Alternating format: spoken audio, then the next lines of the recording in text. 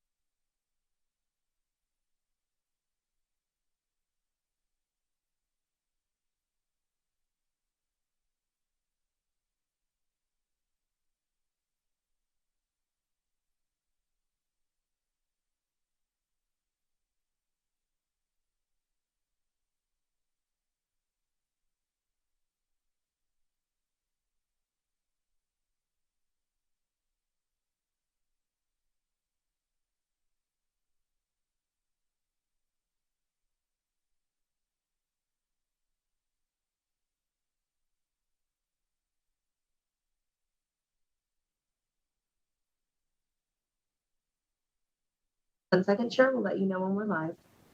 Thank you so much. Chair, we are live and you may begin the meeting again.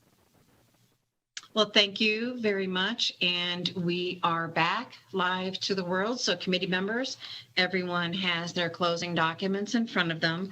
There are a number of different decision units within the first one, the marijuana regulation and control account 1014207.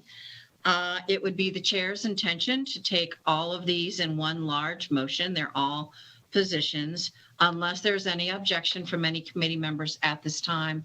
As we proceed through this closing document, we'll discuss each individual one. We'll ask questions on each individual one, but at the end, we'll take one large motion to address all the positions at one time. So I'll go to gallery view. If not seeing anyone who is on opposition to that, that will be our plan for this morning so that staff understands the direction that we're taking. So, all right, that's excellent. So with that, Ms. Mangola, I believe you're batter up first today. If you'd like to go ahead and begin, please. Thank you, Madam Chair. Good morning. For the record, J. Maureen Mangoba from the LCB Fiscal Analysis Division, and I'm here to present the budget closing for the Cannabis Compliance Board, which was heard by the committee on March 12, 2021. There are two major closing issues for this budget. The first major closing issue, the governor recommends reserve reductions totaling $1.6 million over the 2021-23 biennium for 10 new full-time positions for the CCB. The agency indicates the recommendation for 10 new full-time positions would ensure internal controls and fiscal checks and balances are maintained, improve the hearing process, allow the agency to perform the required inspection and audit of each licensed cannabis establishment, and assist with the required background investigations for license applications and transfers of sale of ownerships. The following table on page 4 provides the legislatively approved positions for the 2019-21 biennium and the new positions included in the governor's recommended budget. And as background information, the 2019 legislature approved the establishment of a new standalone regulatory agency with an effective implementation date of July 1st, 2020 to administer the marijuana regulation and control activities previously performed by the Department of Taxation. The agency indicates it has created new divisions, reorganized position functions, particularly the investigation team, and implemented new operation processes, and adopted the Nevada Cannabis Compliance Regulations and implemented a number of transparency and accountability measures. The table on page 8 provides the number of active licenses in fiscal year 20 and projected in fiscal year 21 and fiscal year 22. Additionally, the agency indicates approximately 15,777 agent registration cards were issued in fiscal year 20 and projects to issue 18,000 in fiscal year 21, 7,475 in fiscal year 22, and $18,000 in fiscal year 20, 18,000 new agent registration cards in fiscal year 23. The information starting on page 5 to page 9 provides additional details regarding each of the new position recommendation. The first position recommended by the governor is one new management analyst position. The agency indicates this position is needed to ensure internal controls and fiscal checks and balances are maintained. This position would also address the challenges in processing time and effort billings due to limited staff in the fiscal section. And if the committee does not have any questions regarding this decision unit for the one new management analyst position, I'll go ahead and proceed with the next positions being recommended by the governor. Committee members, any questions on this particular position? Seeing none, Ms. Mangola, I believe we can move on. Thank you, Madam Chair. The next positions recommended by the governor is one new unclassified administrative law judge and one new legal secretary position. The agency indicates it currently utilizes the Department of Taxation's administrative law judges for administrative hearings and must work around the department's schedule, making it difficult to process hearings. The agency indicates this recommendation would increase oversight and enforcement actions and assist the CCB in processing disciplinary and administrative hearings expeditiously. And Madam Chair, if there are any questions regarding the recommendation for a new unclassified administrative law judge and legal secretary position, I'll be happy to answer.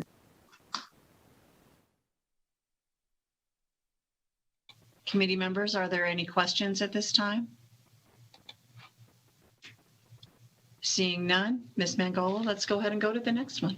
Thank you, Madam Chair. On page 7, the governor recommends 3 new marijuana program inspector positions to ensure compliance with the public health and safety rules and regulations of the marijuana program.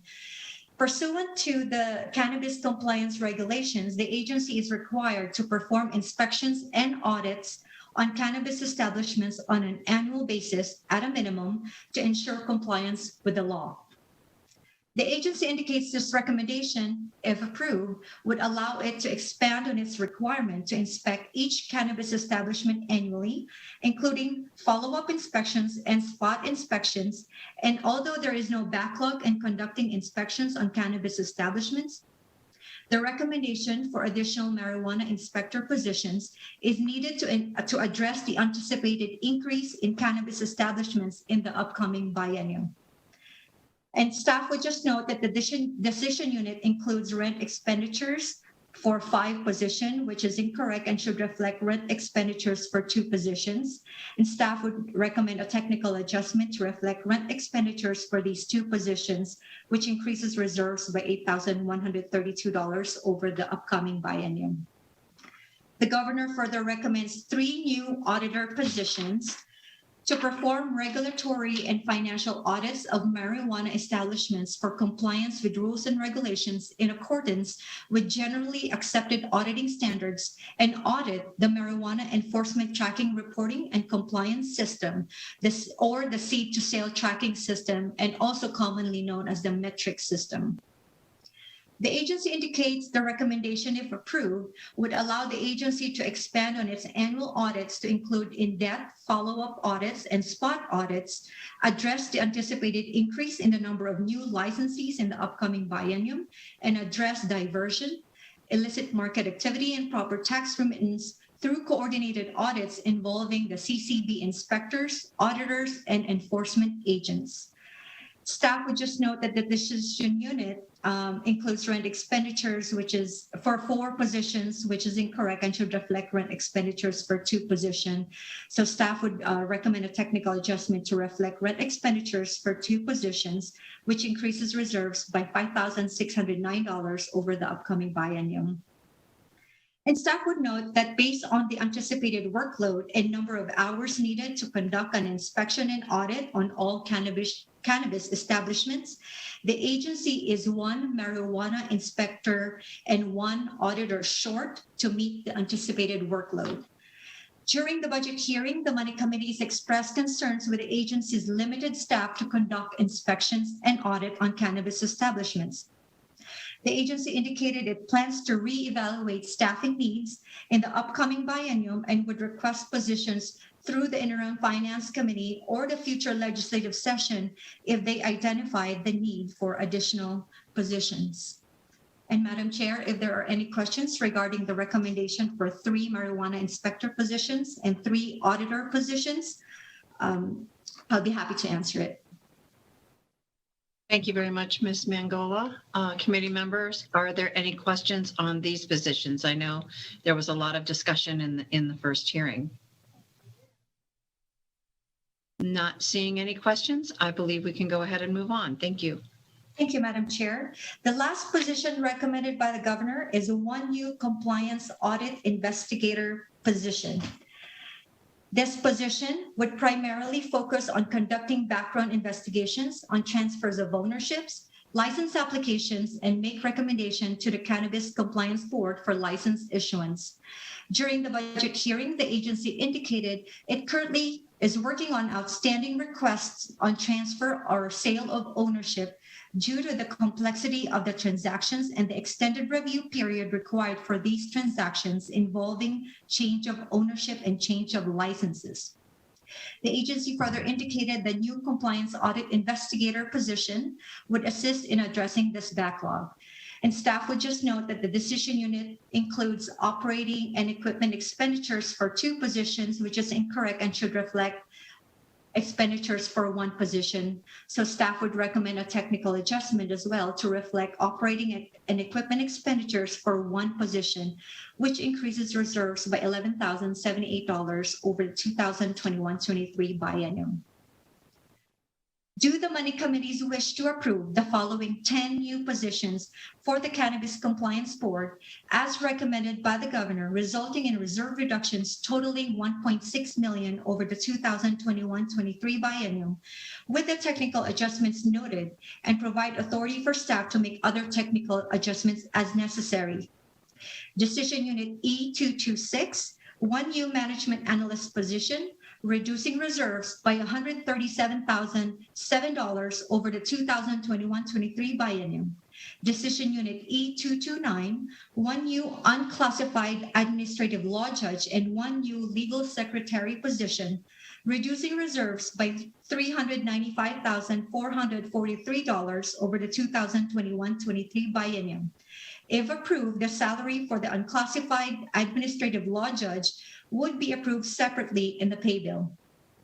Decision Unit E237, 3 new marijuana program inspector positions, reducing reserves by $441,427 over the 2021-23 biennium, including a technical adjustment to reflect rent expenditures for 2 positions.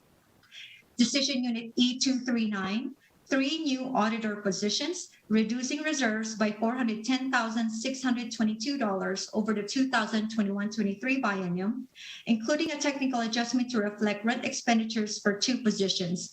And Decision Unit E240, 1 new compliance audit investigator position, reducing reserves by $171,259 over the 2021-23 biennium, including a technical adjustment to reflect operating and equipment expenditures for 1 position.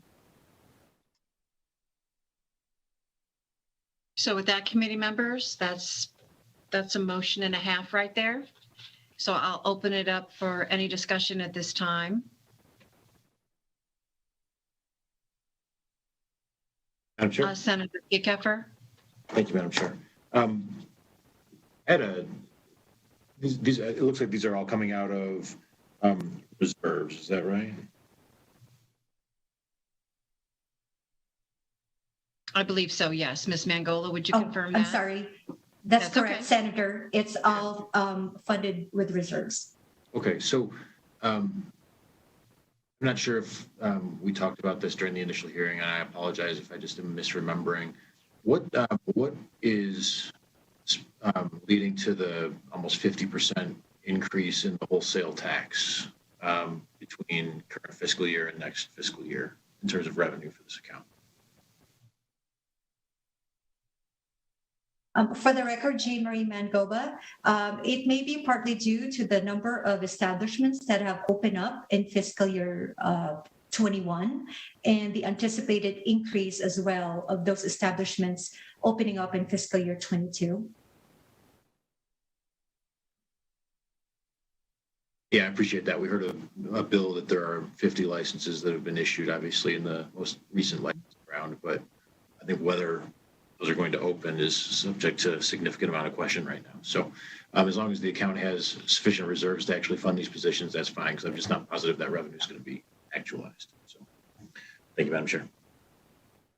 You're welcome, Senator. Any other questions or comments before I accept a motion?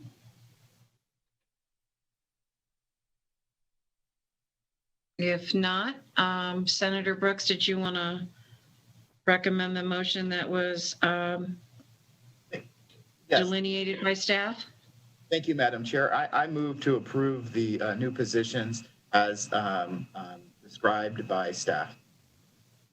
Okay, so I have a motion that's encapsulated on page 9 of our document from Senator Brooks. I will And second do the I have motion. This is a second from Vice Chair Monroe Moreno? Any continued discussion? Madam Chair, just a quick comment. Yes, Senator Kickover. Thank you, Madam Chair. I'll certainly support the motion that the CCB obviously needs the positions. I think, believe we need to think about where we're parking administrative law judges going forward. If you have a contested matter and you appear before a judge who's an employee of one side of the contest, I think that just gives the impression of unfairness. It's how we do it in other departments. This is not Mr. Clemens' fault, the governor's fault. This is just how we do it right now. But I think it's something that we might want to revisit in the future. Thank you. Okay, thank you. Understand your position. Any other questions or comments from any other committee members at this time? Not seeing any. Staff, if you could please do a roll call vote. Senator Brooks, Yes. Senator Canizaro, yes. Senator Dennis, Yes. Senator Dondero Loop, Yes. Senator Goycochea, Yes. Senator Hammond, Yes. Senator Kiefer, Yes. Senator Ratty, Yes. Senator Severs Gansert, Yes. Assemblywoman Benitez Thompson, Yes. Assemblyman Frierson, Yes. Assemblywoman Gorlow, Yes. Assemblyman Hafen, Yes. Assemblywoman Howdigi, Yes. Assemblyman Levitt, Yes. Assemblywoman Miller, Yes. Assemblywoman Monroe Moreno, Yes. Assemblywoman Peters, Yes. Assemblyman Roberts, Yes. Assemblywoman Titus, Yes. Assemblywoman Tolles, Yes. Assemblyman Watts, Yes. Chair Carlton. Yes. I believe the motion passes unanimously of all the members present. So with that, we can move on to the next item, please. Thank you, Madam Chair. Again, for the record, J. Marie Mangoba. On top of page 10 is another decision the committee would have to make related to a budget amendment submitted by the Governor's Finance Office related to a Las Vegas office relocation. On April 3, 2021, the Governor's Finance Office submitted budget amendment A215234207, which recommends reserve reductions totaling $567,270 over the 2021-23 biennium to relocate 31 staff from the Grand Sawyer building in Las Vegas to a new location in Southern Nevada. The agency indicates the office space of the Grand Sawyer location has staff in 2 separate office locations due to capacity limitations. The existing office space is nearing its maximum capacity, and any future growth or increases in the number of staff would necessitate a 3rd office location in the Grand Sawyer building. The agency plan indicates that it plans to co-locate with the Department of Taxation, which would provide efficiencies and opportunities to share resources, and would provide continuity of service to taxpayers and the public and allow taxpayers to pay taxes to the Department of Taxation and fees owed to the CCB in one location. The agency indicates it has not identified a new location at this time and is currently working with the Department of Administration Leasing Services and the Department of Taxation to secure a new location. And staff would just note that the budget amendment includes relocation costs in multiple categories. For tracking purposes, fiscal staff recommends technical adjustments to enter the budget of all relocation costs in one expenditure category. Do the money committees wish to approve budget amendment A215234207, which recommends reserve reductions of $1,270 over the 2021-23 biennium to relocate staff from the Grant Sawyer Building in Las Vegas to a new location in Southern Nevada and provide fiscal staff with authority to make technical adjustments to budget all relocation costs in one category and enter other technical adjustments as needed.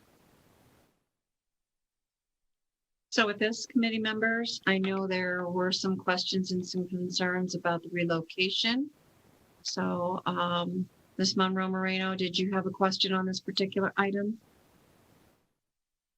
I think my question was answered in the description. I was wondering exactly where it would be located. Want to make sure it's a secured location, considering all the cash that flows through that through both departments, but what the future costs would be on future bienniums, and we won't know that until they secure a location.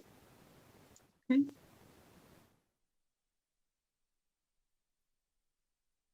Senator Kickover. Thank you, Madam Chair. So, Ms. Benko, it indicates they're planning on co-locating with the Department of Taxation, but we are creating new office space for the Department of Tax within the Grant Sawyer building, right? For the record, Jane Marie Mangoba, it is my understanding the Department of Taxation, the governor's recommended budget has a one-shot appropriation for the Department of Taxation to also for relocation costs as well. Okay, so it's to a new office in Southern Nevada. Okay. That is correct. Thank you. Madam Chair. Yes, I have Assemblyman Roberts, and then I'll take Senator Severs-Gansert. Assemblyman? Thank you, Madam Chair. And just curious on the workflow. So obviously they haven't found a location. Would they come back later on an interim for the cost of this new facility? Is that how that would work? Once they do find a location? This motion before you today would allow the funds to be encumbered or set aside so that when they do find a location in the upcoming biennium, the funds are readily available. And so the total cost that they project to relocate at this time is $567,270. Thank you, Madam Chair. You're welcome. Senator Severs-Gansert? Thank you, Madam Chair. I'm just kind of following up too. It looks like this amendment was submitted April 3rd, but the request for no more staff was a while ago. So I don't know if they plan to update us before the end of session or whether we need to hold this or because that's pretty significant as far as dollars and the number of employees they need to relocate, especially if they're partnering with the Department of Taxation. So it's a pretty big move, and I just feel like we should have more information. Okay.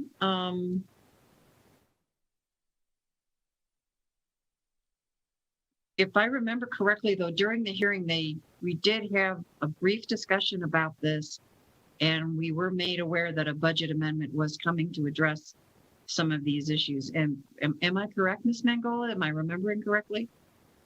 You are correct, Madam Chair. During the budget hearing, they did indicate that there is a budget amendment that would be submitted specific for this Las Vegas office relocation. So if I could just follow up, are they planning to move July 1st? And it just seems like we should probably have some more details on where they're planning to go, because that's would be a pretty large office space, and it seems like maybe some of that information should be forthcoming. It's my understanding, Senator, that they're looking for a space now. They're trying, I think the number of components that they need to address, the size, the security, the amount of cash that's being dealt with. There's a number of different components that they're looking for. I'm really hoping that they don't go too far to one end of town versus the other, that they try to stay as central and as easily accessible as possible.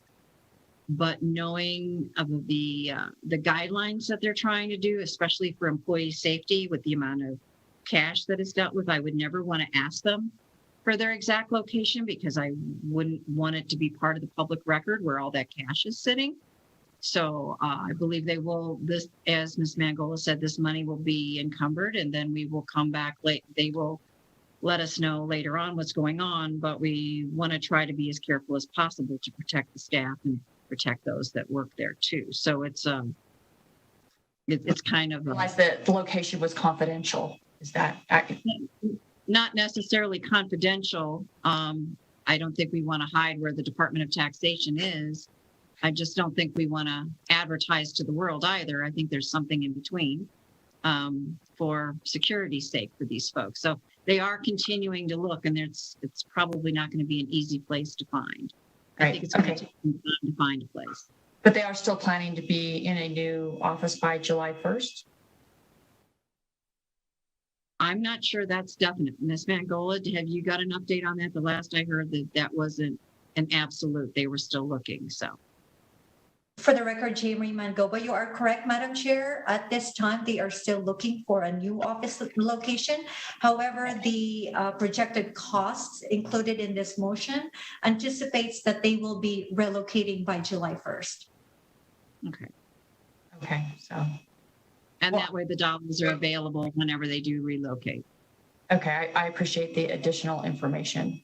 And if they don't use all the money, if they end up not moving until September 1st, I guess it'll revert.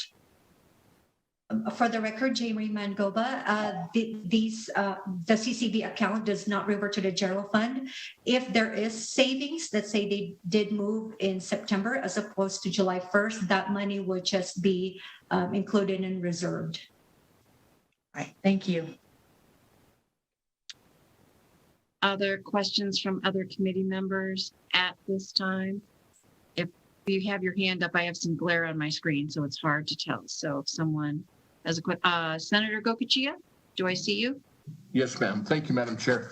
And again, because this account either reverts back or if in fact they don't find a suitable space, it would be fairly simple for IFC then to approve additional reserve expenditures if it does in fact cost more to relocate and find that particular building or site.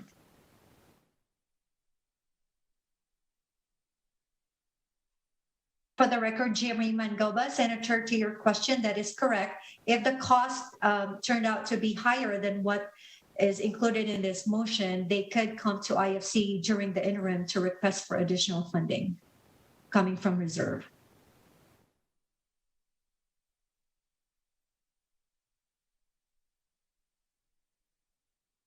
Thank you, Ms. Mangola, and also with the conversations that we've had about the renovations that need to take place in the Grant Sawyer building. This is another step towards making sure that we're able to get those renovations done and not put employees in an awkward position while that work is being done. Any other questions of any other committee members at this time? Not seeing anyone, so Senator Brooks. Thank you, Madam Chair. I move to approve Budget Amendment A2152342207, which recommends reserve reductions of $567,270 over the 2021-2023 biennium. Relocate staff from the Grant Sawyer building in Las Vegas to a new location in Southern Nevada. Provide fiscal staff with authority to make technical adjustments to budget all relocation costs in one category and enter other technical adjustments as needed. A second Have a motion from Senator Brooks, a second from Vice Chair Monroe Moreno. Questions or comments on the motion from the joint committee members? Not seeing anyone wishing to be recognized. With that, I can go ahead and staff call the roll, please. Senator Brooks, Yes. Senator Canizaro, Yes. Senator Dennis, Yes. Senator Dondero Loop, Yes. Senator Goycochea, Yes. Senator Hammond, Yes. Senator Kiekever, Yes. Senator Ratty, Yes. Senator Severs Gansert, Yes. Assemblywoman Benitez Thompson, Yes. Assemblyman Frierson, Yes. Assemblywoman Gorlow, Yes. Assemblyman Hafen, Yes. Assemblywoman Howdigy, Yes. Assemblyman Levitt, Yes. Assemblywoman Miller, Yes. Assemblywoman Monroe Moreno, Yes.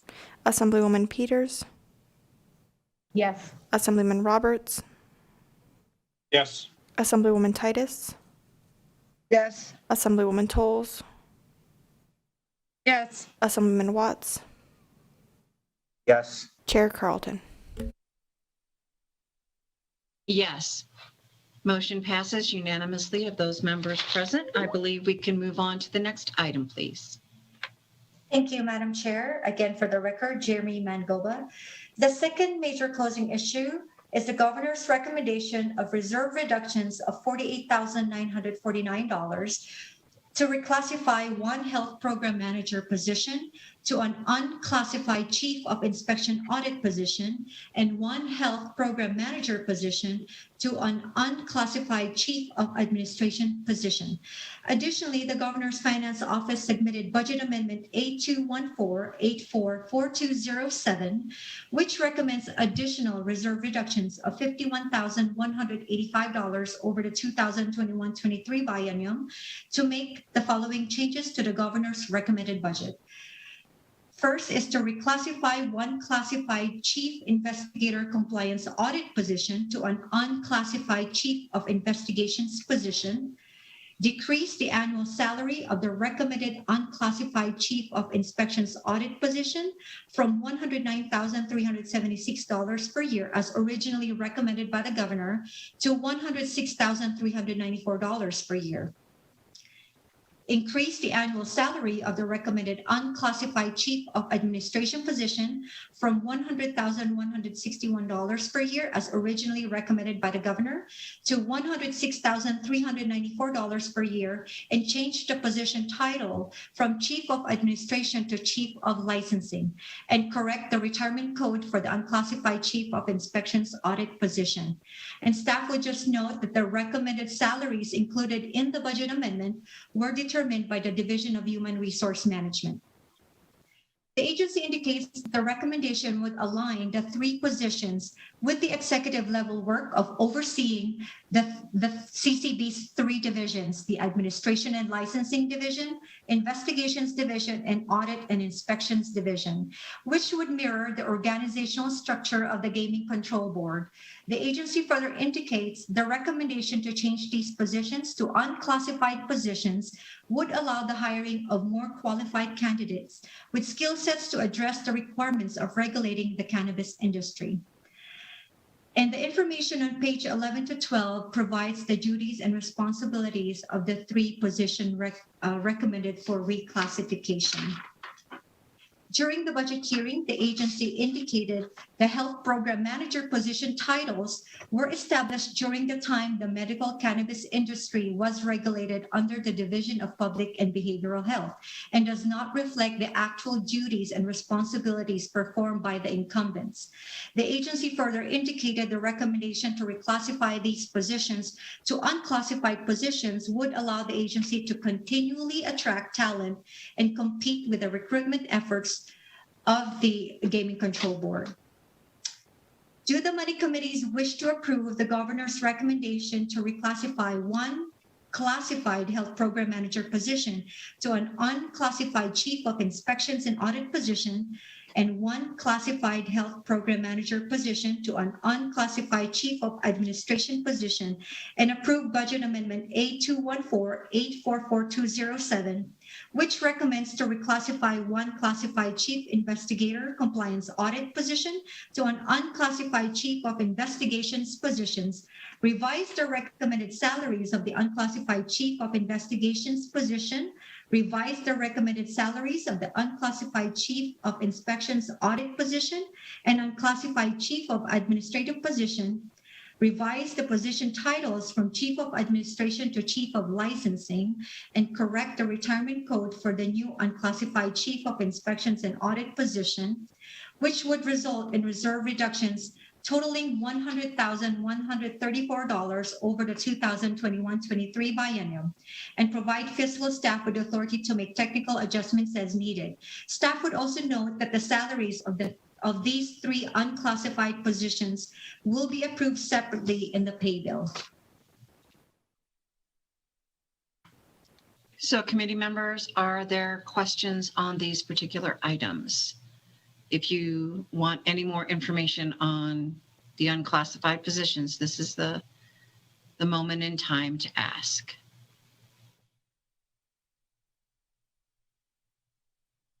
I don't see anyone wishing to be recognized. I typically have concerns about moving folks from classified to unclassified. I believe the classified system has a purpose. It allows people to work up through a career ladder. But we also understand with this board just getting up and running in the 19 session and the evolution and how they're trying to mirror themselves after the gold standard of our gaming control board, that they do need some of these options. I caution them to be very careful about not letting good folks go that are already there and have worked through the evolution of this process over the next few years.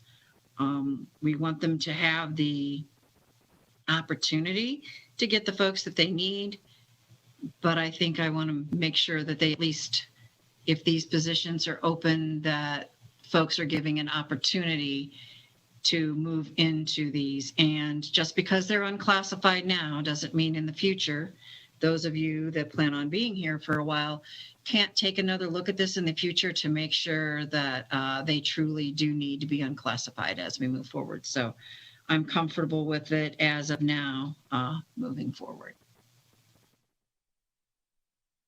Any other questions or comments from any other committee members?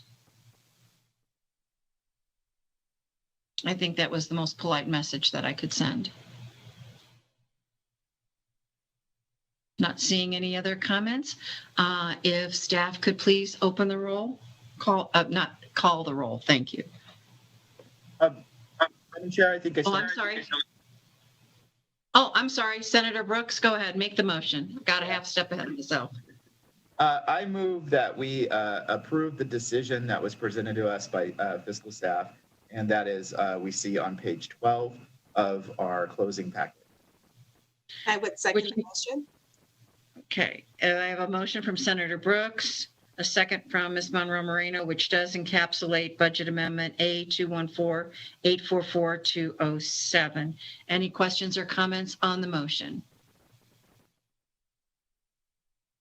Seeing none, thank you very much, Senator Brooks, for catching me on that one. Staff, if you could please call the roll. Senator Brooks, Yes. Senator Canizaro, Yes. Senator Dennis, Yes. Senator Dondero Loop, Yes. Senator Goycochea, Yes. Senator Hammond, Yes. Senator Kiekever, Yes. Senator Ratty, Yes. Senator Severs Gansert, Yes. Assemblywoman Benitez Thompson, Yes. Assemblyman Frierson, Yes. Assemblywoman Gorlow, Yes. Assemblyman Hafen, Yes. Assemblywoman Howdigi, Yes. Assemblyman Levitt, Yes. Assemblywoman Miller, Yes. Assemblywoman Monroe Moreno, Yes. Assemblywoman Peters, Yes. Assemblyman Roberts, Yes. Assemblywoman Titus, Yes. Assemblywoman Tolles, Yes. Assemblyman Watts, Yes. Chair Carlton. Yes. So with that, passes unanimously of those members present. I believe we can move on to item number 12, the reserves. Thank you, Madam Chair. For the record again, Jane Marie Mangoba. On page 13 are 12 other closing items, 11 of which appears reasonable to staff. Staff would just note that for other closing item number 12, the governor recommends reserves of 1.3 million at the end of fiscal year 23, which represents a 54-day level of reserves and reflects a 56.3% decrease when compared to the legislatively approved reserves at the end of the 2019-21 biennium of 3 $3 million. Additionally, the governor's recommended the governor's recommended reserves are less than 90-day level of reserves approved by the 2017 and 19 legislatures for this budget. During the budget hearing, the agency indicated the 90-day level of reserve was established during the time the medical cannabis industry was regulated under the Division of Public and Behavioral Health, at which time license renewals were made in November of each year. Since most license renewals are now remitted on July 1st of every year, the agency indicated a 60-day level of reserve is appropriate for this budget. Staff would also note that the Fiscal Analysis Division in the Governor's Finance Office will prepare an updated consensus revenue forecast estimate in May 2021, which may change the revenues in the Governor's recommended budget in each year of the 2021-23 biennium.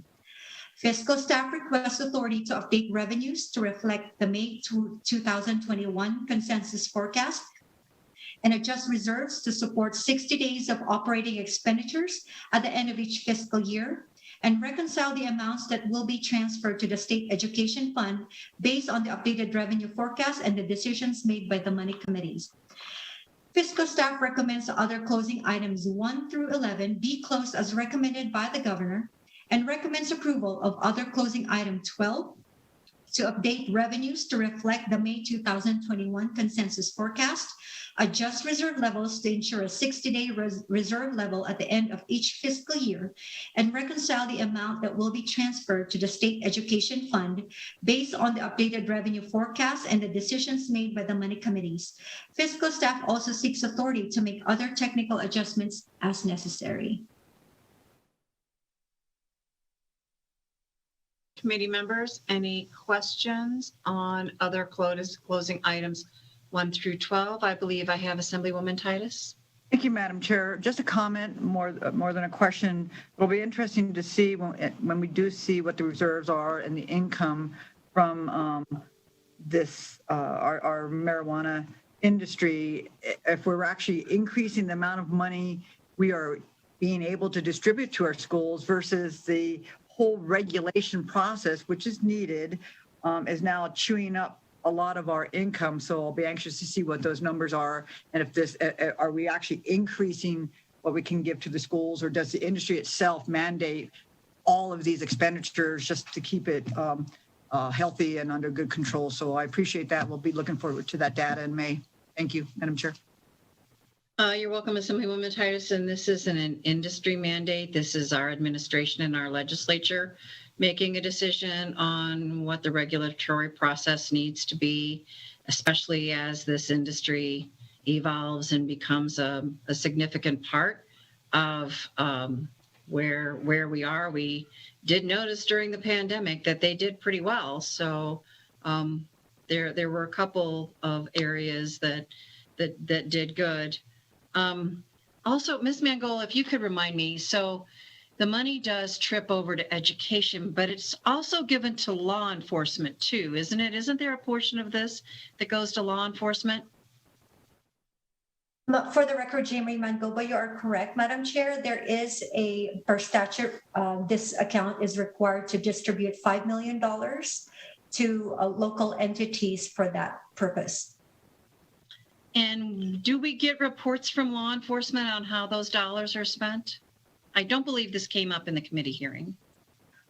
Fiscal staff is not aware of reports that are required from those local entities on how they expended that $5 million. Well, I think that's something we might need to discuss in the future. If Dr. Titus's concerns are correct, that not enough money does go to education, that might be a place where we need to look to see how that money is actually being used. Just handing $5 million to folks without any accountability has been so eloquently spoken by the minority leader that we must have accountability.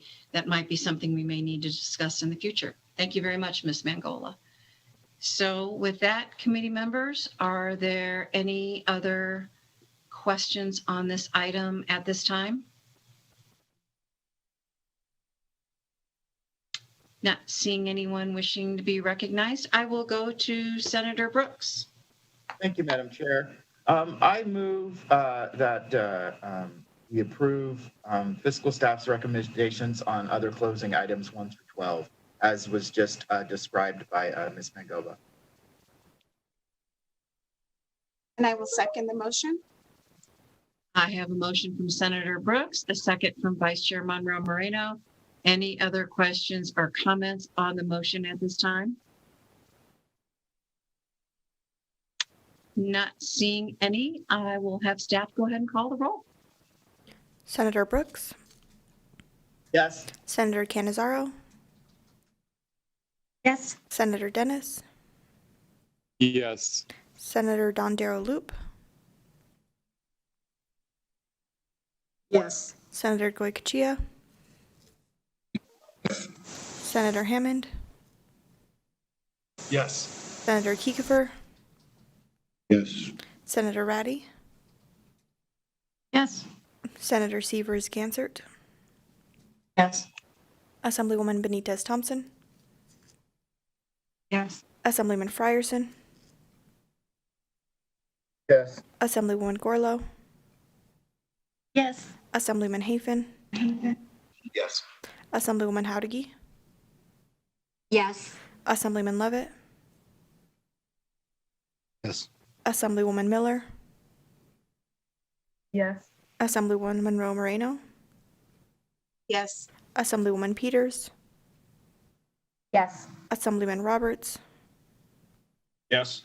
Assemblywoman Titus, Yes. Assemblywoman Tolles, Yes. Assemblyman Watts, Yes. Chair Carlton. Yes, passes unanimously of those members present. Thank you very much. I believe that takes care of the Cannabis Compliance Board. We can move on to the Division of Minerals. Thank you, Madam Chair. For the record, my name is Colby Nichols, Program Analyst with the LCB Fiscal Analysis Division. I'll be going over the Division of Minerals budget, which begins on page 15 of your closing packet. Fiscal staff is responsible for developing closing recommendations for this budget. This budget has not been previously heard by the committee. The Nevada Division of Minerals is governed by the Commission of Mineral Resources, and their primary duties include the Abandoned Mine Land Safety Public Safety Program, the permitting and inspection of oil, gas, and geothermal wells, and education and outreach related to the dangers of abandoned mines and mineral use and production. There are no major closing issues for this account. There's a table on page 16 of your packet listing 9 other closing items which appear reasonable to staff. Fiscal staff would recommend that this budget be closed as recommended by the governor and request authority to make technical adjustments to this budget as necessary. And I'll pause here, happy to answer any questions. Thank you very much. We appreciate that. So committee members, this is a staff recommended close. So there was no hearing. So if there are any questions, now is the time. Senator Goycochea. Yes, thank you, Madam Chair. And the National Association of Abandoned Mine Land Program, is that being hosted here in the state of Nevada? Just looking at. Yes, for the record, Colby Nichols, LCB Fiscal Analysis Division. If you see other closing item 1 on the table there, the National Association of Abandoned Mine Land Program Conference was initially, the division was approved to host this in fiscal year 2020. However, due to the pandemic, it has been postponed. So during the current biennium, the 19 to 21 biennium, the authority related to this has been balanced forward from fiscal year to fiscal year with no change in purpose. This decision unit, other closing item 1, essentially does the same thing, pushing, balancing forward the authority related to this. The conference is currently scheduled to be held in September of 2021, pending approval of this enhancement.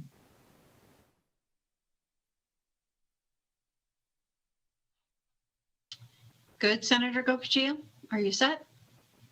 Thank you, ma'am. That was my impression, but thank you for asking.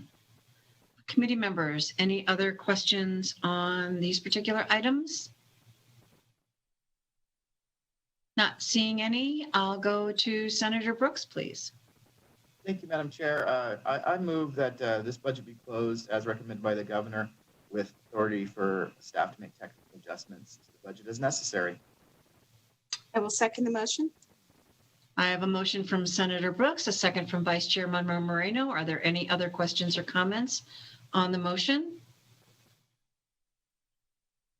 Seeing none, if I could ask staff to call the roll, please. Senator Brooks, Yes. Senator Canizaro, Yes. Senator Dennis, Yes. Senator Dondero Loop, Yes. Senator Goycochea, Yes. Senator Hammond, Yes. Senator Kiefer, Yes. Senator Ratty, Yes. Senator Severs Gansert, Yes. Assemblywoman Benitez Thompson, Yes. Assemblyman Frierson, Yes. Assemblywoman Gorlow, Yes. Assemblyman Haven, Yes. Assemblywoman Howdy, Yes. Assemblyman Levitt, Yes. Assemblywoman Miller, Yes. Assemblywoman Monroe Moreno, Yes. Assemblywoman Peters, Yes. Assemblyman Roberts, Yes. Assemblywoman Titus, Yes. Assemblywoman Tolles, Yes. Assemblyman Watts, Yes. Chair Carlton. Yes. Passes unanimously. Of those members present, I believe we can go on to our next item for this morning, which is the Gaming Control Board. Thank you, Madam Chair. Good morning, members. My name is Julie Waller for the record, the LCB Fiscal Analysis Division. The first budget for the Gaming Control Board budget closing is budget 4061 on page 17 of your packet. This budget supports the activities of the Gaming Control Board and the operating expenses for the Gaming Commission, which are not supported by the Gaming Commission budget. This budget is primarily funded with general fund appropriations and transfers from the Gaming Investigative Fund. There are two major closing issues in this budget, the first being the recommendation for an in-state travel increase. The executive budget recommends general fund appropriations of $65,182 in each year of the 21-23 biennium for additional in-state travel costs based on the scheduled out-of-town audits for fiscal year 22 and for fiscal year 2023. This recommendation also realigns costs in the out-of-state category in a fiscally neutral manner and increases funding in the in-state travel category by the $65,182 in each fiscal year. The agency indicates the audit and the tax and license divisions operate on a uniform audit cycle, wherein the goal is to fully audit every non-restricted licensee every 2.5 years. Agency auditors normally travel to a gaming licensee's location to review audit evidence, interview licensee personnel, and perform observations of casino operations in compliance with the standard auditing procedures. However, due to the COVID-19 health crisis and the state mandated restricted a state mandate restricted agency travel for the latter part of fiscal year 2020 and in 2021, which has impacted and extended the agency's uniform audit cycle. To assist the agency in returning to its uniform audit cycle, the in-state travel budget for audit division and tax and license division combined is recommended to increase by $65,182 in each year of the upcoming biennium. Specifically, the audit division increase would be $42,259 in fiscal year 2022 and $41,977 in fiscal year 2023. To assist this division in returning to its uniform audit cycle. And for the tax and license division, the increase is recommended to be $22,923 in fiscal year 2022 and $23,205 in fiscal year 2023 to assist this division in returning to its uniform audit cycle. According to the agency, during the last year, two divisions have had to adjust their audit schedules by moving some local audits ahead of planned out-of-town audits. As a result, the division's uniform audit cycle have been disrupted, in some cases licensees being on a shorter audit cycle and others being on a longer audit cycle. As noted by the agency, the recommended travel increase in this decision unit are based on the division's scheduled out-of-town audits for fiscal year 22 and 23 as the divisions work towards restoring their uniform audit cycle. In response to how the divisions would be impacted if the recommended travel increase was not approved, the agency indicated that delays in auditing a licensee increase the risk that documentation may be lost or destroyed, and increase the likelihood that the licensee personnel may not be able to provide sufficient information related to material matters that occurred in the earlier portions of an audit because of turnover, memory lapses, etc. Additionally, extended audit periods delays in the division's ongoing regulatory oversight increase the risk of licensee noncompliance, including improper revenue reporting and weakening of the control environment. In follow-up, the agency indicates a 2.5-year audit cycle has historically proven to be the most efficient audit cycle for the divisions because it's half of the 5-year document retention requirement. It has proven to be the most efficient period to conduct audits. This time frame allows the division additional time if needed to examine licensee records. The agency notes that if once the audit cycle starts getting too far beyond the 2.5-year targeted time frame, the licensee turnover becomes a problem in trying to gather information, and the audit becomes much more difficult and potentially more inefficient. Lastly, the agency testified the additional in-state travel funding would permit the agency to return to a 2.5-year audit cycle in the upcoming biennium, and that the enhanced in-state travel funding would be needed on an ongoing basis. Do the money committees wish to approve general fund appropriations of $65,182 in each year of the 21-23 biennium to provide in-state travel increases for out-of-town audits?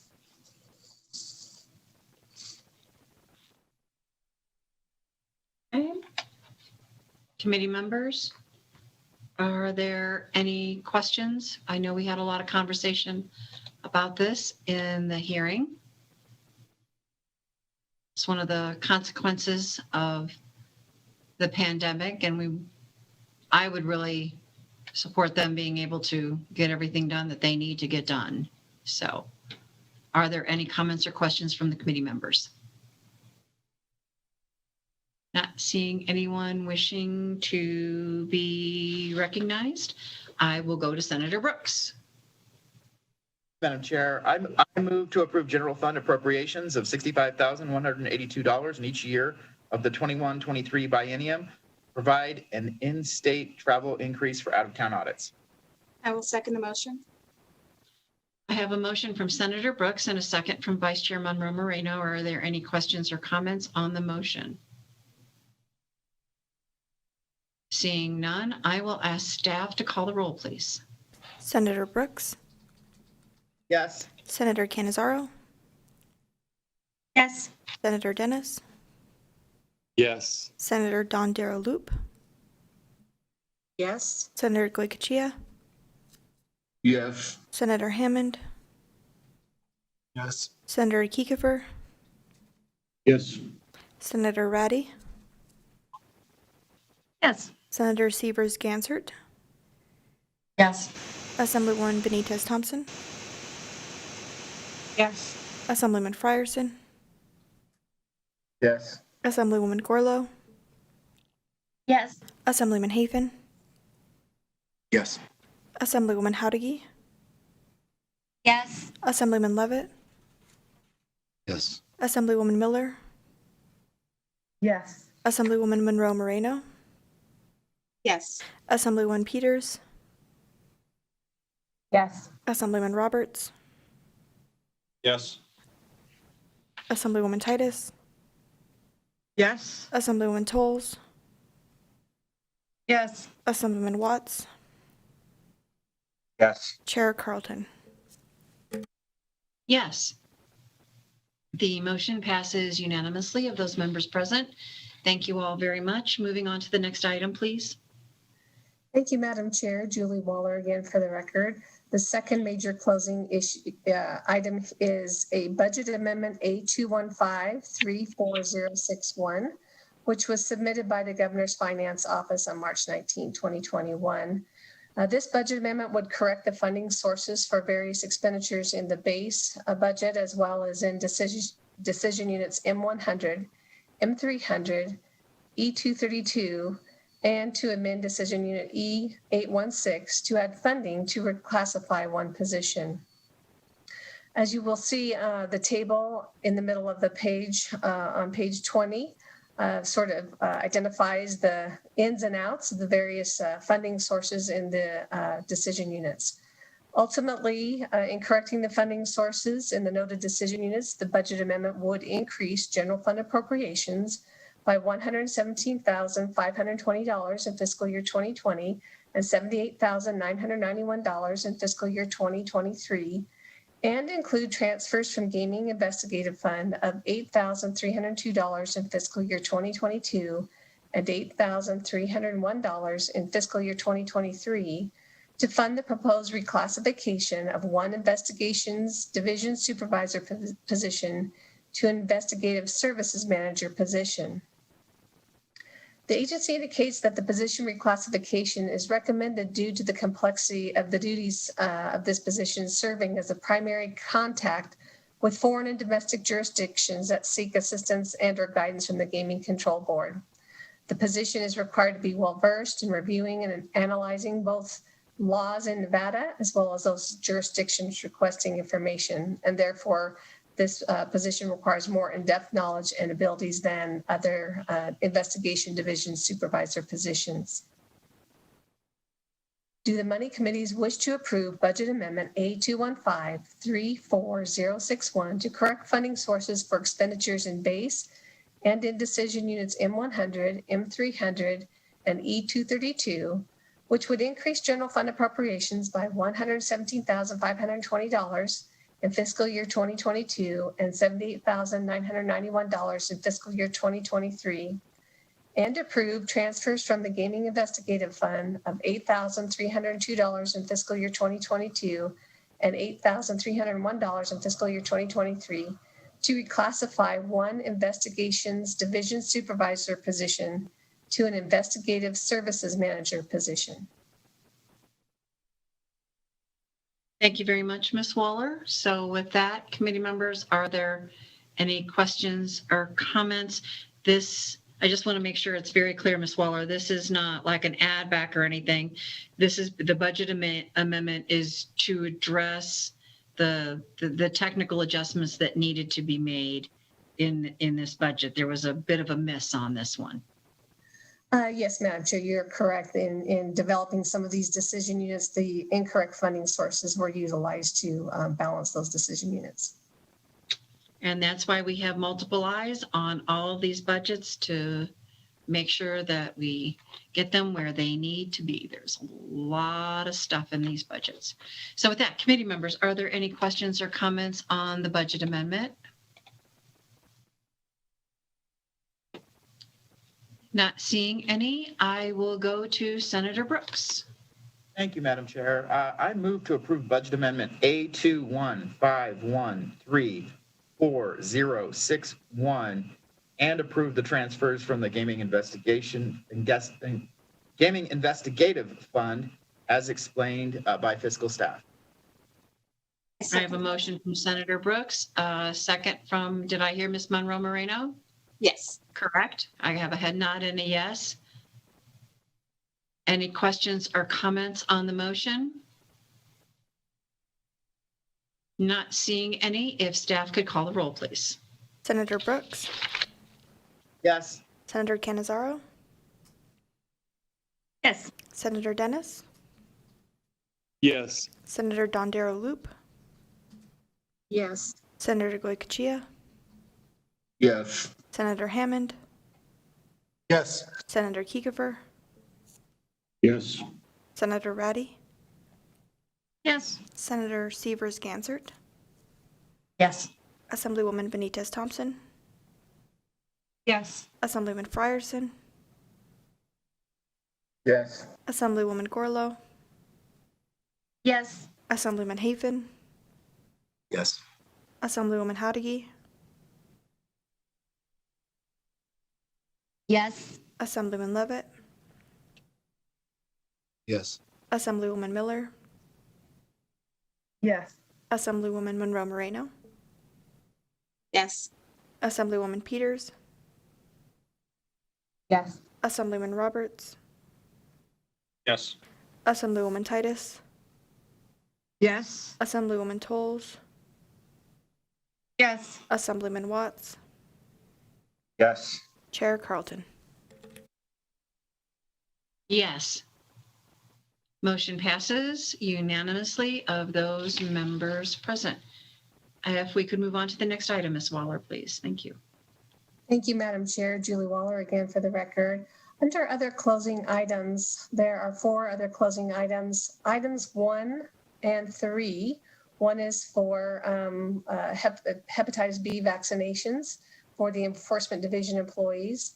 And number 3 is the governor recommends changing the job classification titles of 6 positions to modernize the titles and provide additional transparency. This recommendation is revenue neutral, so there would be no budgetary impact. So items 1 and 3 are recommended to be approved as recommended by the governor. And I would note that item 2, other closing item 2 and 4 are related to are impacted by the budget amendment, which the money committees have just approved. I would also point out in other item, closing item number 4, the agency notified me that there was some misinformation about the initial job classification title change. So originally, the governor recommends changing the job classification title, the coordinator of applicant services, to information services manager. But that is an incorrect title. It should be investigative services manager. I wanted to point that out to the committee. Again, this title change and then the title change would be revenue neutral. However, in budget amendment that was just approved by the money committees, this would reclassify the investigation division supervisor position to an investigative services manager position at an additional cost of $8,302 in fiscal year 22 and $8,301 in fiscal year 23. So fiscal staff recommends approval of other closing items 1 and 3 as recommended by the governor, and other closing items 2 and 4 as revised by budget amendment A2151346061 and the technical adjustment noted by staff to change the job classification title of the coordinator of applicant services to investigative services manager. So with that, committee members, are there any questions? Yes, Assemblywoman Titus. Thank you, Madam Chair. Question on number 1, the hepatitis B vaccines. Those are a once-in-a-lifetime vaccine, and I'm wondering if those vaccines are for the new hires that we're doing, and if so, how many employees would actually be covered? And do you cover all the employees? Thank you, Madam Chair. Through you to Assemblywoman Titus. I believe these are would be for new employees, and I believe they would cover the full cost of the vaccination. This is a nominal amount in their budget for the number of employees that they have. And again, it's a OSHA requirement. So if the agency would like to contribute more information, I'm happy to have them respond. My interest is mostly on how many does that actually cover? And will it cover all our new ones? Madam Chair, through you to Assemblywoman Titus, I would have to have the agency respond to that question. Okay. And do we have the agency available at this time? And are they prepared to respond to that? information right now? Yes, we're looking that up right now. Divided by how many? 5,400 divided by 300. I think I know. We'll give them just a moment. Okay, we have it now. Well, thank you. That was very quick. Say your name. The average cost for the vaccination is $300 a series. So we're estimating an average of 18 employees per year would participate in wanting to be vaccinated. Oh, thank you for that information. So this isn't an ongoing, you vaccinate every new employee, and I understand that, but typically you don't have 18 new employees on an annual basis, correct? Correct. What OSHA requires is that you offer the vaccination. Right. And if an employee initially turns it down, they can come back and say they want the vaccination. Okay. Thank you for that. And then if I might, one other question, Madam Chair? Yes. Thank you. On number 3, on the unclassified position title changes, the description on why we're doing that is to modernize job titles and to provide additional transparency. So with these job classification title change, how does that provide additional transparency? And if the agency would like to answer, I know you did answer this in the original hearing, but if you'd like to restate your answer, please go ahead. Talking directly about the technology division positions, for example, in the pay bill, because they have such a strange title before, we wanted to attach the word technology on the back of it so the public would understand what area the employee worked in. Also, they were quite antiquated. A lab, I think it was an electronic lab engineer, is a little limiting when you go out to recruit. We want an engineer, and I believe they have 2 or 3, I can't remember now off the record, their titles, but they were just antiquated. Right. Thank you for that clarification. Thank you, Madam Chair, for the questions. You're welcome, Assemblywoman Titus, and the agency's listing. So, there's this thing where we change your job title so we don't have to give you a raise. I think this might be that moment in time. So it's the least that we can do. So any other questions or comments from committee members at this time?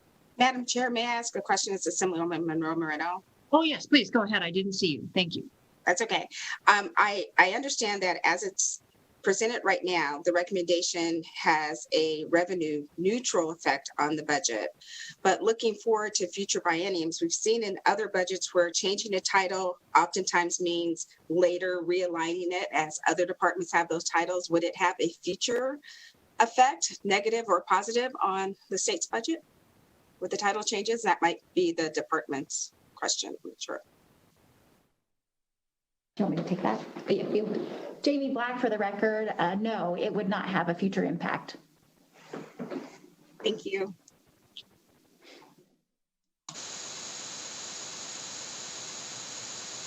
Thank you, Ms. Monroe Moreno. So with that, committee members, are there any other questions on these particular items, on other closing items 1 through 4? Seeing none, I will go to Senator Brooks. Thank you, Madam Chair. I move for the approval of other closing items 1 and 3 as recommended by the governor, and other closing items 2 and 4 contingent upon the approval of Budget Amendment A2151346061 with technical adjustments as necessary. I will second the motion. I have a motion from Senator Brooks, a second from Vice Chair Monroe Moreno. Are there any other questions or comments on the motion? Not hearing any. If I could ask staff to call the roll, please. Senator Brooks? Yes. Senator Cannizzaro? Yes. Senator Dennis? Yes. Senator Dondero Loop? Yes. Senator Goycochea? Yes. Senator Hammond? Yes. Senator Kiefer? Yes. Senator Ratty? Yes. Senator Severs Gansert? Yes.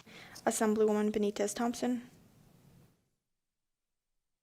Yes. Assemblyman Frierson? Yes. Assemblywoman Gorlow? Yes. Assemblyman Haven?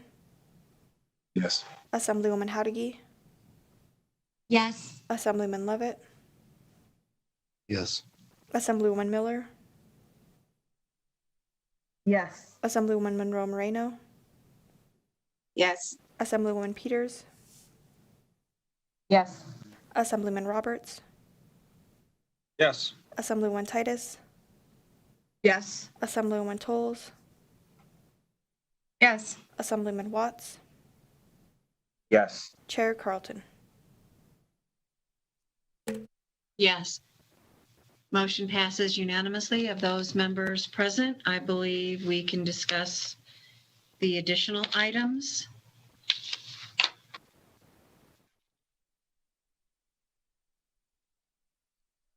Thank you, Madam Chair. Julie Waller again for the record.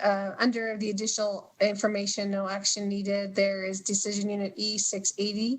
This was a budget reduction measure the governor had recommended, which would have eliminated 15 vacant positions and result in general fund savings of approximately $1.2 million in each year of the 21-23 biennium.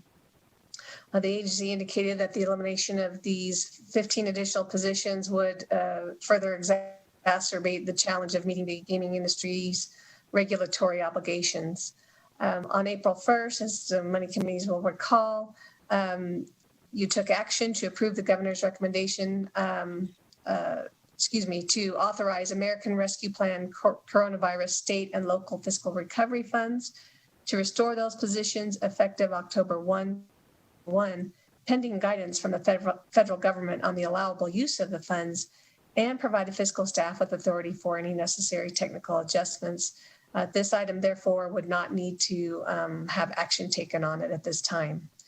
In addition, number 2, there's a one-shot appropriation. The governor recommends a one-shot general fund appropriation of $5.4 million to continue the migration of the legacy common business-oriented language or COBOL programs to a modern technology platform.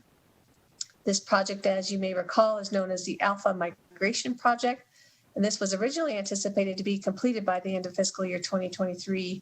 However, due to budget reductions and delays resulting from the COVID-19 pandemic, this timeline has been extended to the end of fiscal year 2025. And this recommendation will also not need action today, but will be heard by the money committees as a separate bill.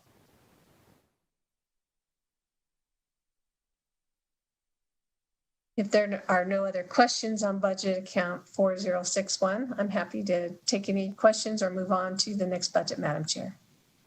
Okay. If they're not seeing any questions, this is just making sure we have a complete record. No action needed on these items. I believe we can move forward to the Gaming Commission. Thank you, Madam Chair. Julie Waller again for the record. And I would note that the next 2 budgets have not previously been reviewed by the money committees, and fiscal staff is responsible for developing the recommendations for these budgets.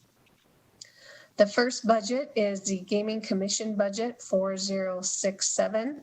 And this budget supports commission salaries, 1 research staff position, operating and travel costs in order to conduct research and developing policy related to gaming technology and regulations. This budget is entirely supported by state general fund. There were no recommendations for this budget other than the base funding of $835,662 in fiscal year 22 and $709,216 in fiscal year 2023.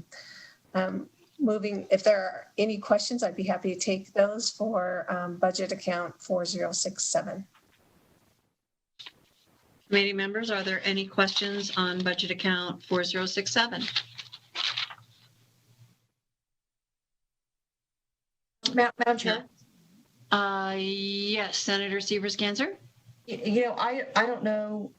So my sister's on the Gaming Commission. I'm not sure whether I should abstain from this vote or if I need to do anything different. It doesn't really affect me, but she currently sits on the Gaming Commission. So I don't know if legal. Well, that question is beyond my pay grade. I am not a lawyer. It just dawned on me. Would you like us to record you as absent on this vote, Senator, just out of abundance of caution? Yeah, why don't we do that? Thank you. Or abstain, I guess. You're welcome, Senator. We'll just record you as absent for the vote. Is that all right? I don't know if it's absent or abstaining. I'm not sure which is the best way to go. And I don't hear legal chiming in at all. Well, we don't have legal on this committee. Okay. Because the budget breaks the law. No, I'm just joking. Madam Chair, if I may, if it will be helpful, just. Speaker, thank you for bailing me out. I appreciate that. I would say for precedent's sake, you typically need a legal conflict as determined that something impacts you differently than someone else similarly situated. And if it's not that, but it just, is something that is something you need more time to vet out. I think historically I've gone to the restroom and let the body do what they needed to do so that I had time to, have a conversation with legal. But I think actually abstaining is something that would be a step further in typically with legal. So for what it's worth. Okay. Since I will take a break for a moment because I'm not quite sure legally what the best remedy is for this. It does not affect me personally, but she's a close member of my family, right? So I will take a break. Okay, we've got it. So Senator Ganzert will be absent for the vote. So with that, if I believe I have a motion in a second. No, so Senator Brooks, if you would make the motion, please. Yes, thank you, Madam Chair. I move that we close this budget as recommended by fiscal staff. Thank you. And I have a second from Ms. Monroe Moreno. Yes. Any questions or comments on the motion? Hearing none, seeing none, no one wishing to be recognized. If staff could please call the roll. Senator Brooks, Yes. Senator Canizaro, Yes. Senator Dennis, Yes. Senator Don Darrow Loop, Yes. Senator Goycochea, Yes. Senator Hammond,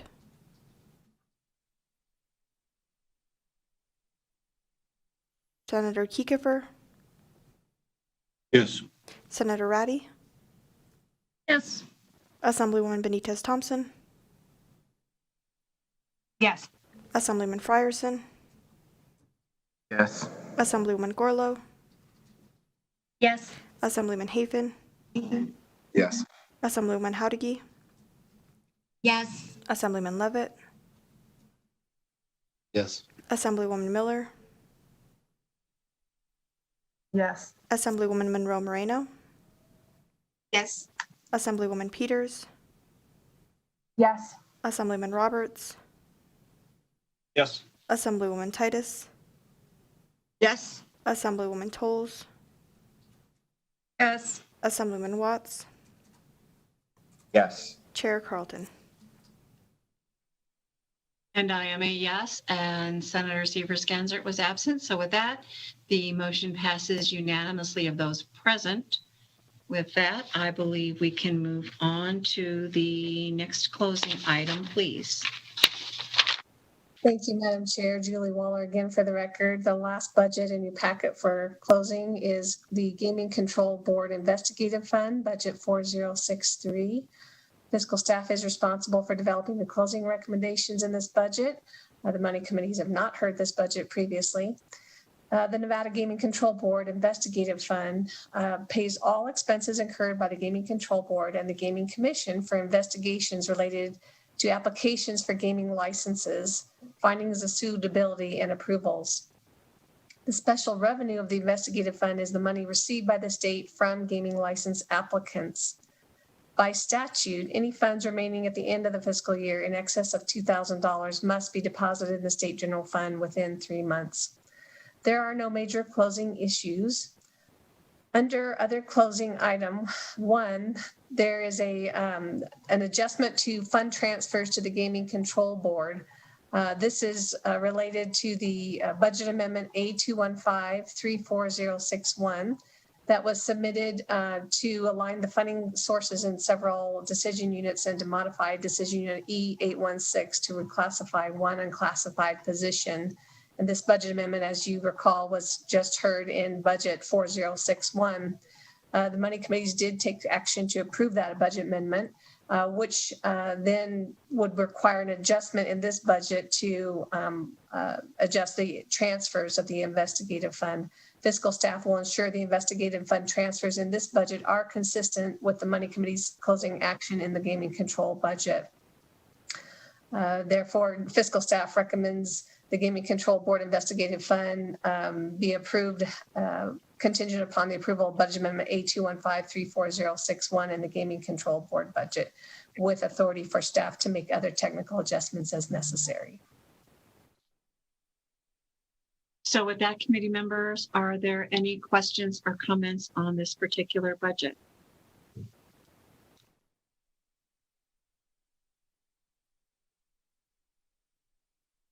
Not hearing or seeing any. I believe I will go to Senator Brooks. Thank you, Madam Chair. I move that that we close budget 244-4063 as recommended by the governor with authority for fiscal staff to make other technical adjustments as necessary. And in that budget, the Gaming Control Board Investigation Fund with other closing item contingent upon the approval of budget amendment A215134061 and the Gaming Control Board budget of 4061. I believe that addresses all the issues. I will second the motion. I have a second from Chair Monroe Moreno, and that does encapsulate 101467, correct?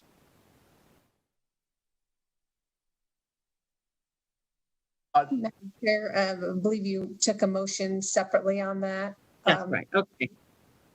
Just wanted to make sure I wasn't missing something. Okay.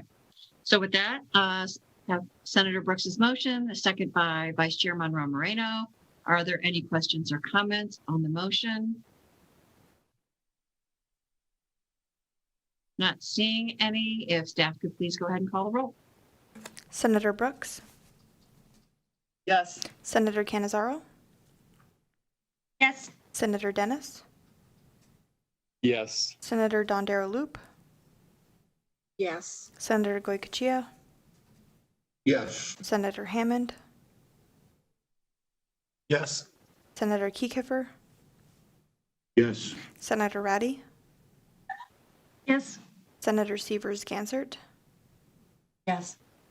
Assemblywoman Benitez Thompson, Yes. Assemblyman Frierson, Yes. Assemblywoman Gorlow, Yes. Assemblyman Hafen, Yes. Assemblywoman Howdy, Yes. Assemblyman Levitt, Yes. Assemblywoman Miller, Yes. Assemblywoman Monroe Moreno, Yes. Assemblywoman Peters, Yes. Assemblyman Roberts, Yes. Assemblywoman Titus, Yes. Assemblywoman Tolles, Yes. Assemblyman Watts, Yes. Chair Carlton. And yes, thank you very much. Passes unanimously of those members present. I believe that completes our tasks for this morning. Thank you very much, staff, for walking us through these closing documents and answering all of our questions and having the right folks available to answer questions from the committee. We do appreciate that. The last item on our agenda for this morning will be public comment. So with that, it is 9:45. Since we have a time delay of about a minute, let's give it to about 9:47 to allow people to know that the meeting is finished and that they can call in for public comment. So if the committee would just stand at ease, we'll come back in just a couple of minutes. Thank you.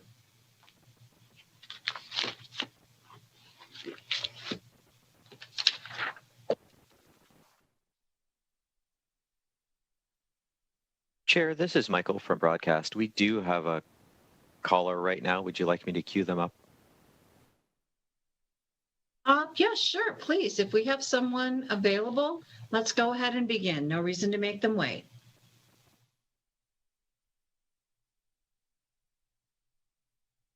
In order to make public comment, please press *9 now to take your place in the queue.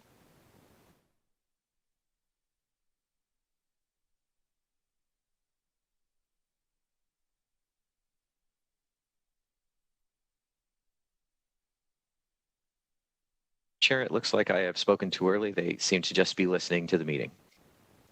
Okay, well, we'll give the folks just one more moment and we'll go from there. Thank you.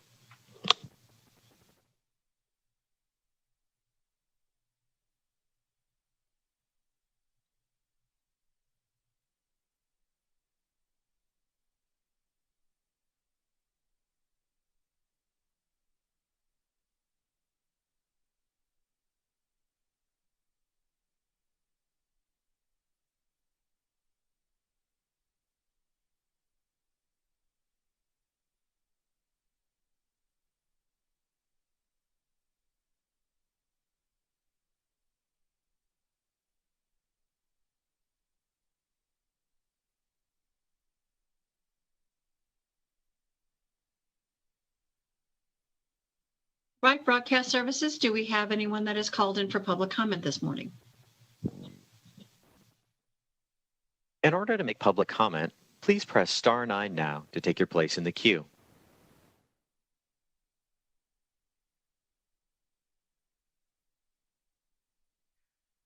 Chair, the public comment line is open and working. However, we have no callers at this time. Thank you very much, Broadcast Services. We appreciate all of your assistance today in helping us work through this meeting. So with that, committee members, seeing no public comment before us, we are adjourned. Everyone have a great day.